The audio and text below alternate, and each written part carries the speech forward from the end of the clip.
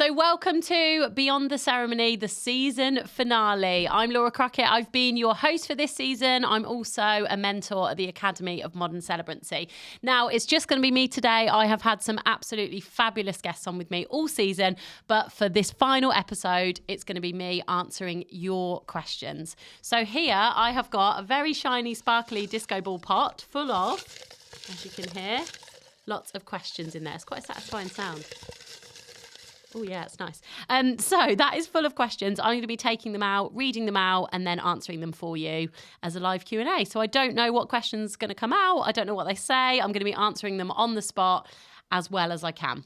But I just wanted to say before we get into the episode, a massive, massive thank you to everyone who has listened this season, who's got in touch, who's got involved with the show. It has been so, so lovely to see all of you there and also to see all of your support. And if you've been enjoying it, please can you make sure you like, you rate, you subscribe, because it means that we will be more likely to be able to bring you season 2. So I want to keep on the good books of the bosses, the podcast bosses, the powers that be. So if you're enjoying it, the chances are we'll be able to do another season. So let's get stuck in. I'm going to take a swig of tea and then off we go with question number 1. I've gone very old school with the folded up bits of paper. Okay, how do wedding celebrants who only do weddings manage through the off season? What does winter look like? Oh, this is a great question, because actually, although weddings do happen all year round, yes, they are very seasonal, especially if, like myself, I'm based around the Cotswolds. I cover Warwickshire and the Cotswolds and the West Midlands. So a lot of my ceremonies are outside in Cotswolds Country Gardens. So, of course, they're going to be in the summer. So this is a really great question. So actually, although the actual weddings themselves are happening throughout the summer, the work for those weddings happens in the winter. So summer weddings are actually created in winter because if you think about it, the wedding is kind of the finish line. We've spent all the time working hard before the wedding, and the wedding is actually the final bit that we get to go and, actually deliver that ceremony. So I would say managing through the off season, in the quieter season, you tend to be using that time to be writing your scripts, to be meeting with your couples, to be getting them ready, to be able to, get their ceremony script written. But also in that off season, you'll find that that's when the wedding fairs take place. So a lot of the wedding fairs tend to be kind of January, February time, and then later on in the year, like October, November time. So you are still very busy doing all the other bits of your celebrant work. So yes, you're not actually going to the weddings themselves, but you are putting the work in and you are finding those future couples that will then be, perhaps your summer weddings the following year or 2 years on. Now, financially, how do they manage? This is something that I learnt along my journey as a celebrant, that I wanted to change the way that I take payments from my couples to be able to make it a little bit more evenly spread. So what used to happen is I would take a booking fee and then I would take the final balance. So a lot of that was obviously the booking fee at the start, but then the majority of the fee for the ceremony was taken just before the ceremony itself. So actually what I've done now is I split those payments into 3, which means that then I'll get a booking fee, I'll take another payment halfway through, and then I'll take the final payment before the ceremony. And that way it means that I'm spreading that fee across the year. So it means it's not all going to land at once in the summer. But actually, it's just practice, making sure that if you are getting, those payments for those ceremonies that are in the winter, making sure that financially you're putting some money aside. Perhaps you put it all in one account and then you pay yourself monthly. That's how I do it now. But it's just kind of a bit of trial and error and working out how it works for you so that financially that money that you make in the summer when you're very busy can actually tie you through the quieter season. So yes, that's a very long-winded answer, but I hope that helped. Okay, so let's get our next question. Brand identity. When do you know yours? Oh, that is a really good question. Okay, so brand identity. This is something that is always evolving, I think, as you continue your career as a celebrant. So you might have a brand at the beginning that you think, yeah, that's perfect. And that's the kind of vibe that I want to set off. But then as you spend time working on your business, as you start working with new couples, with new families, you work out the kind of ceremonies that you want to do. So that brand identity then comes from that. So you have to think about, okay, what kind of ceremonies do I want to do? And then you build your brand brand around those ceremonies. So you will hear it if you've done any research into kind of the marketing side of the business. You will hear it all the time about finding your ideal client. So you have to picture in your head who is that ideal client. So for me, I won't use their real names now, but for me, I use a couple whose wedding I did 2 years ago, and everything about that wedding was exactly what I wanted to, achieve from the wedding ceremonies that I create. So they wanted a lot of personality in there. They wanted to get married outside. They wanted a very relaxed feel. They wanted to have fun with their family, a few surprises in there, but also they wanted those romantic vibes too. So that for me, I always think about that wedding. So when I'm doing anything to do with my brand, I think, would that couple like it? So once you have thought about who your ideal couple is, the rest will kind of follow and fall into place. So I would say with that brand identity, yes, you might have one at the beginning, but don't worry or be concerned if that brand changes as you are, doing more ceremonies. You kind of learn a bit more what you feel is actually right for you and the kind of ceremonies that you want to deliver. But the best bit of advice for your brand identity is be yourself, because you are your brand. People are buying into you as a celebrant. So if you're being yourself, the rest of it will follow. Okay, next question. Let's have a look. These are good. I'm very impressed. What's the best advice you've been given? Oh, that is really, really good. Well, one of them, I've just mentioned it. It's be yourself, definitely.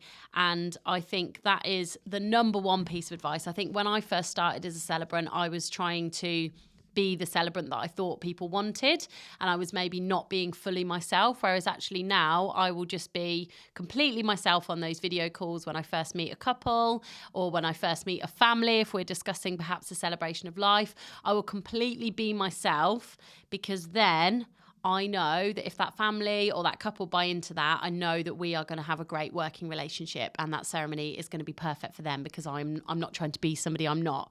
So I think be yourself is a really good bit of advice.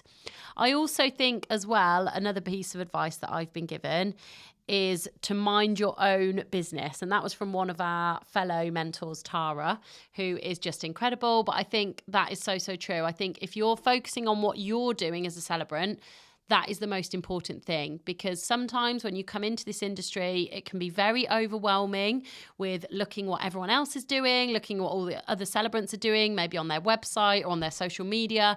So then you start to follow those, and then you question what you're doing, or perhaps you follow and try and copy what they're doing, and none of that works for anyone. I think the main thing is, if you mind your own business, you think about what you are doing, you're not going to get overwhelmed by other people, you're not going to suffer with imposter syndrome, because you're just doing what you're doing and you're concentrating on that. So I think definitely mind your own business is a really great phrase that I like to live by, because I just think then I know what I'm doing is working. I don't second guess myself, and I just think, look at my business. I'm investing that time into my own business rather than trying to worry what everyone else is doing. So yeah, I think that's a great piece of advice as well. Okay, next question. Let's have a look. Do people have expectations for a celebrant? For example, age. When I spoke about training as a celebrant, some friends of mine said that people would perhaps want an older celebrant. Oh, that's a really good question.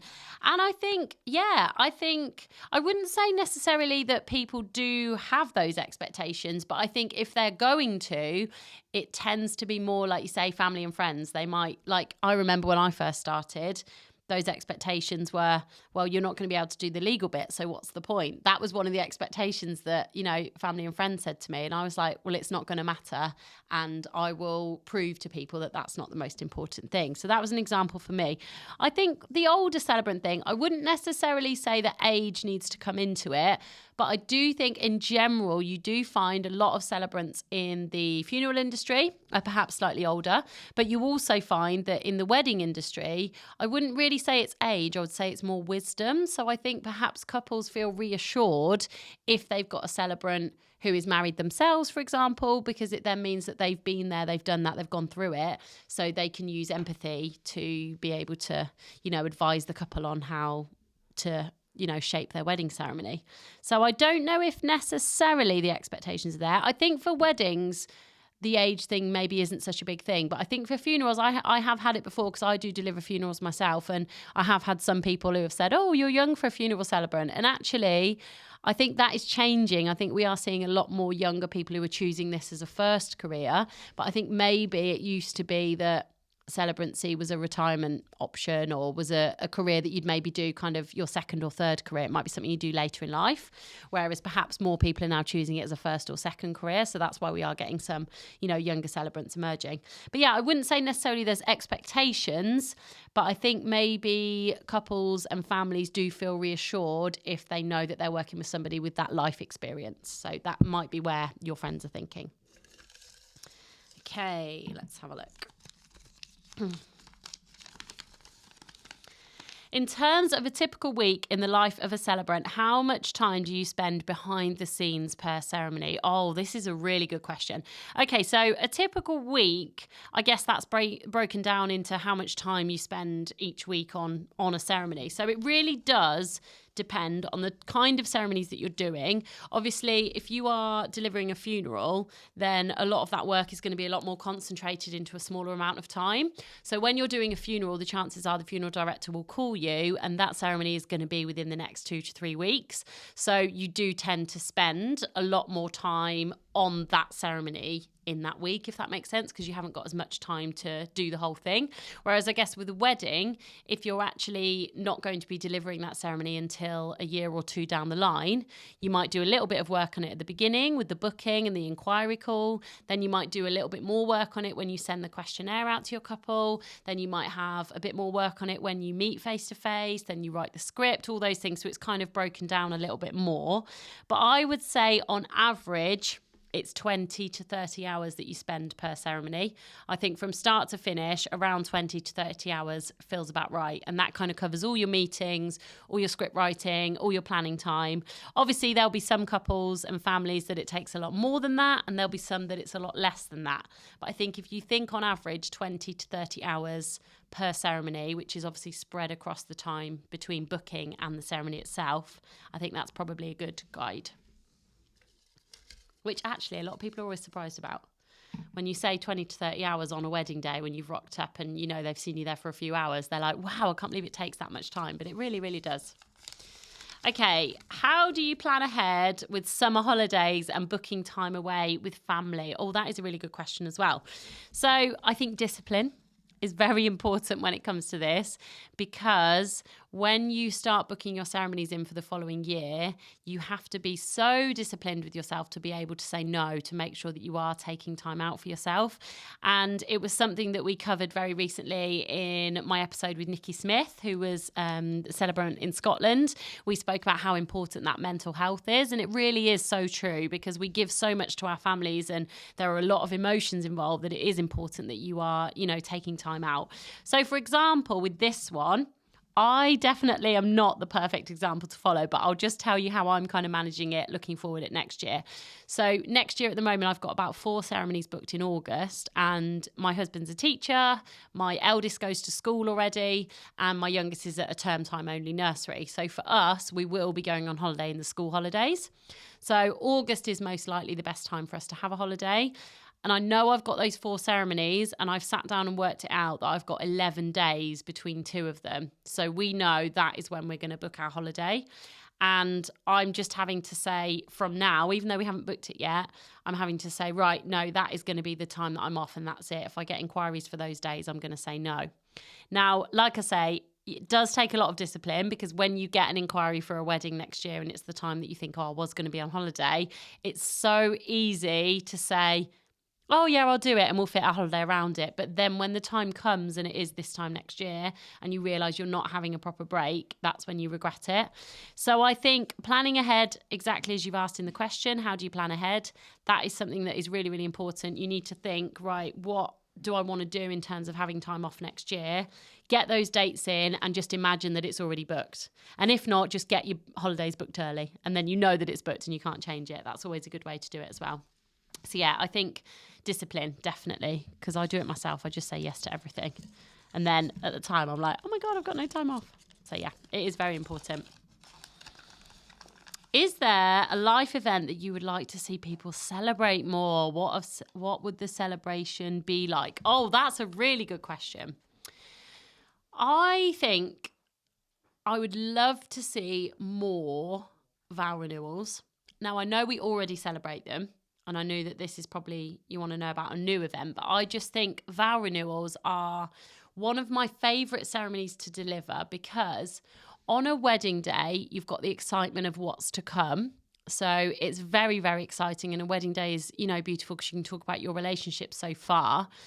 But a vow renewal, you're then talking about your actual marriage, and you're talking about the time that you've, been together. If you're having a vow renewal, the chances are you might have gone through some big life events together, perhaps buying a house or having children, and all of that gets celebrated in a vow renewal. So I think vow renewals are such a special ceremony, and I wish we celebrated them more. I wish we did more of those, whether they be a 10-year, a 15-year, 20-year, whatever.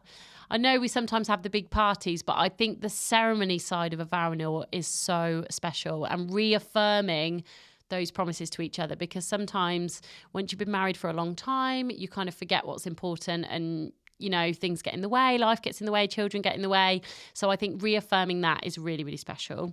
But then in terms of a new event, I think something to do with parenthood. I think, I am a mum to 2 young children myself, and my eldest is 4, these last 4 years have been so transformational within our lives, both separately and together. So I think some sort of motherhood, not even graduation, because I guess that's when they're a lot older, but some sort of like motherhood celebration I would love to see. I think maybe, groups of friends that have been through motherhood together, or somebody that's done it themselves. I mean, it's a big achievement, keeping small humans alive. We celebrate their birthdays, but that's about them. I think motherhood is such a big change in people's lives. So I think having some sort of ceremony to mark that is really important. And again, you have naming ceremonies, but they're normally about the child or about the person, whereas I think actually having a motherhood or a parenthood ceremony, I think would be really, really special. But yeah, there's all big things. I think sometimes as well, when people leave a job that they've been in for a long time, that's a massive life change. That's a big shift in your life. Or starting a new business, that's absolutely huge, and that takes a lot of hard work, and something that we could do to celebrate that would be good too. So yeah, I think anything we can celebrate in life is worth it. Professional life celebrators, that's what we are. Oh, I've only got 3 left. Right, here we go. Rehearsals for weddings. Do you rehearse the whole ceremony? Oh, that is a great question. No. So normally a wedding rehearsal, the main things that you want to practice are the entrance. So anyone that's going to be walking down the aisle, anyone that's going to be there already in situ in the ceremony, you want to make sure that everybody knows where they're standing, because that can be the bit sometimes where people feel a bit awkward because they don't know where they're going. So if you can practice that, that is really, really important, and it makes that entrance really smooth. So anyone that's walking down the aisle, make sure that they know where they're going, when they get to the end, where they're sitting, make sure they've got reserved seats. That's always really important. But then also with your couple themselves. So rehearse with them where they're going to be stood in the ceremony. I did a rehearsal last week for a ceremony, and we put them in one position where I was going to be telling the story. So I wanted them to be together, and I was going to be on the other side. But when we looked, the side that we thought they were going to be stood, right behind them was a big fire exit and not a great backdrop. Whereas if we switch sides, behind them then was more flowers, a lot more decor, there's some candles, things like that. So actually we decided to switch it. So I think rehearsals are really good for practicing, 1, the entrance, but 2, where the couple are going to be stood, so that they know exactly what they're doing. And obviously rehearsals are great as well if you have got somebody who's going to be controlling a playlist. So if you've got music there, it's really, really good to be able to practice those cues, because music is so powerful within a ceremony. So if you can get it right and nail it, it really takes your ceremony from here to here. So I think practice your music, practice your entrance, and practice where the couple are going to be stood and their positioning during the ceremony. And the exit as well. The exit's important, but perhaps not as much as the entrance, because you haven't got as many moving parts. Normally the entrance is a lot of people involved. So that's why it's good to practice it. Right, 2 more. Let's have a little read through. How do you manage with sickness and emergencies? Oh, that is a good question as well. And actually, that's a question that comes up nearly every time on an inquiry call with a couple. So this is where your network of fellow celebrants is so, so important. We always talk about community over competition, and this is so true when it comes to emergencies and sickness, because we are self-employed, we're running our own businesses. Sick pay doesn't exist. So that's where you need to have other people on standby to be able to help you out. So for example, I would build up a network of local celebrants if you can, get on some WhatsApp groups, get together, have occasions where you can actually just hang out and spend time together, because then you get that feeling of colleagues, but also then that you can depend on each other if it happens. So I'm in probably 3 or 4 WhatsApp groups with different celebrants in different areas. And I know that if I was having a week where I was feeling unwell, or I know that I woke up one morning and just felt too ill to be able to go and do a ceremony, I would be able to contact those groups and find out if anyone's free and make sure that somebody could then go and deliver the ceremony for me. Now, touch wood, it hasn't happened. I can't find any actual wood, but we'll do my head, that'll do. It hasn't happened to me, and I've been a celebrant for almost 6 years, and it hasn't happened so far. I've, had the odd sniffle or a sore throat, but I don't know what happens. I feel like the adrenaline or something gets you through. But even other celebrants who are exactly the same and it's never happened to them, life does happen and things do get in the way. So having that network of other celebrants around you is so important, and not just 1 or 2.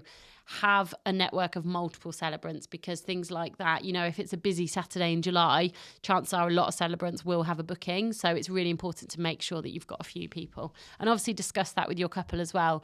Chances are, if the wedding's on a Saturday, you might know by the Wednesday that you're not feeling great and something's, lurking. So that's always a good idea. And then same for the emergencies. Obviously, we can't always predict those. And, it can be a situation where you haven't expected it at all.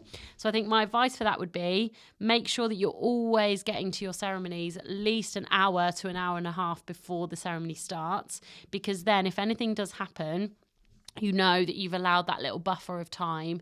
So it's not going to be that you were aiming to get there 20 minutes before and then you hit some traffic and that's it, you're going to miss the ceremony. So make sure you allow enough time to be there before, allow extra time for traffic, all of those things but actually making sure that you've allowed that time means that if anything did happen, if there was a last minute emergency, it would give you more time to be able to find a replacement to go on your behalf.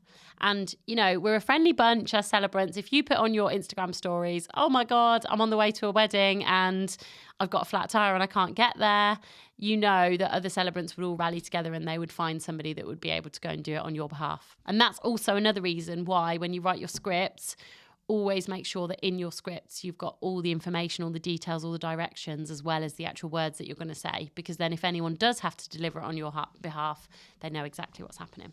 But fingers crossed it won't happen. Okay, final question. Let's hope it's a good one. Let's have a look. Apart from the course, what would you benefit from investing in to help your business? Oh, that is a really good question. Okay, so I guess you've got the actual physical things like the products. So things like a PA kit, that would be really beneficial to invest in your own PA kit, because that then means if you're going to ceremonies that are outside, if you're going to ceremonies that are at somebody's house where they're not going to have a set PA kit that the venue runs, that actually you've got your own. So that's definitely something beneficial.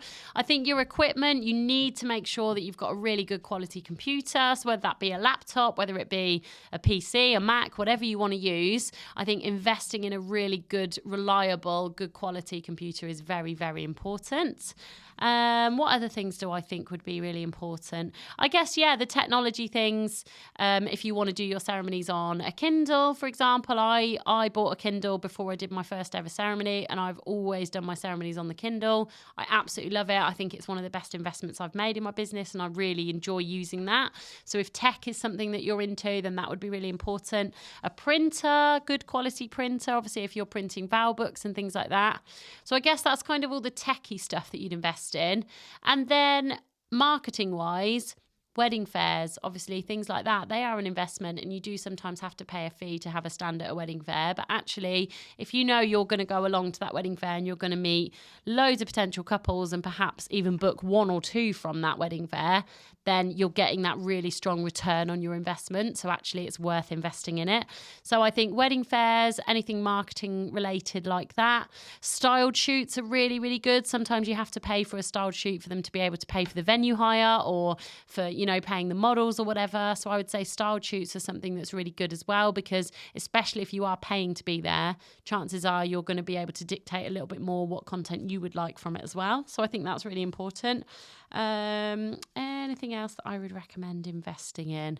I think really just those kind of things, but also maybe CPD as well. So obviously we've spoken about the training, but the training doesn't finish when you become a celebrant.